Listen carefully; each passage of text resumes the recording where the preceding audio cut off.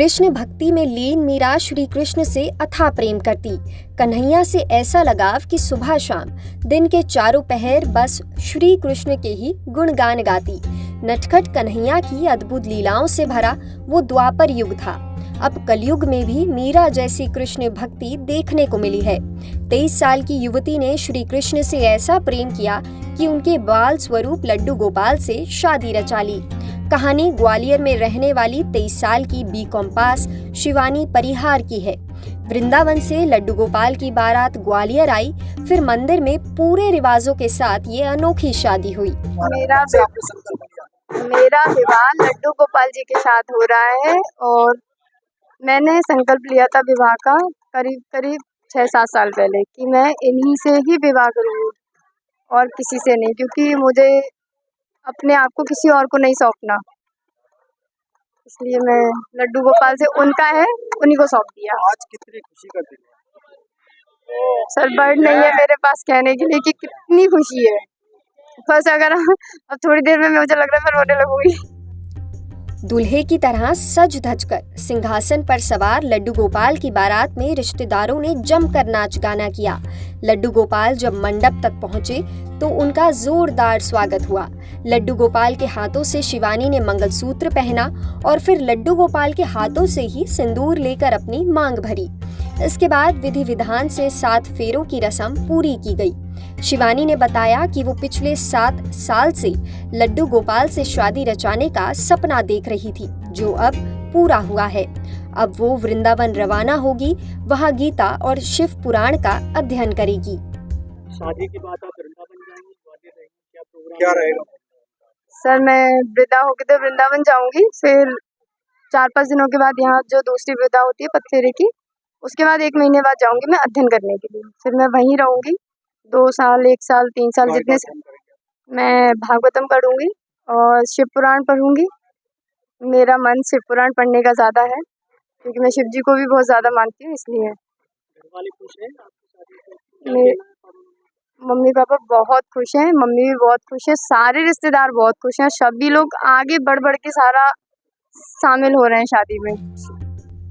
शिवानी के पिता राम प्रताप परिहार security guard की नौकरी करते हैं और मां मीरा परिहार घर संभालती हैं।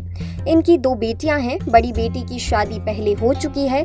पिता का कहना है कि अब वो बहुत खुश हैं। बेटी शिवानी की शादी लड्डू गोपाल से हुई है। लड्डू गोपाल उनके घर के दामाद बने हैं। अब बेटी जीवन भर लड्डू गोपाल की सेवा करेगी। अच्छी शादी हो रही और मुझे बहुत खुशी है। इस रास्ता पे हरे कोई नहीं चलता, सारे जीवन उनको समर्पण करने वाली बढ़िया, बहुत खुशी की बात है और बढ़िया तरीके से चल रही है। सब लोग आ रहे हैं। जी, मथुरा वृंदावन पहुँच जाएंगे। लड्डू गोपाल के संग शादी हो रही है और सारा जीवन लड्डू गोपाल की भक्ति करेगी। अपने खुशी हाँ, लड्डू गोपाल जी का और खुशी, इससे बड़ी बात क्या होगी। और बड़े संस्कारी कि हम ऐसी लड़की के पिता बने, हमको बहुत गर्व है। बढ़िया रहा। राम प्रताप परिहार। शिवानी और लड्डू गोपाल की शादी का पूरा इंतजाम छायांकन जन चेतना एवं जन कल्याण संस्थान ने किया। शादी का सर्टिफिकेट भी बनाया गया है। सामाजिक संस्थान का कहना है कि ऐसा अद्भुत विवाह उन्होंने जीवन में पहली बार कराया है। भगवान लड्डू गोपाल का विवाह कराना उनके लिए सौभाग्य की बात है। नाम दिव्या हड़ा है और हम छायांकन जन चेतना जन कल्याण समिति NGO चलाते हैं अपनी, और उसी के तहत हमने आज 5 कन्याओं के विवाह कराए हैं, जिसमें से एक हमारे लड्डू गोपाल जी का भी विवाह हो रहा है।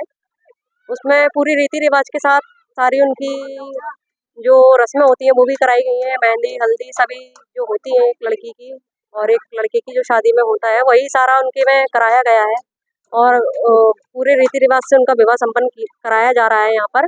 और उसके लिए हम एक मैरिज सर्टिफिकेट भी उनको दे रहे हैं अपनी संस्था की तरफ से, जैसा एक वर और वधू को दिया जाता है शादी के बाद।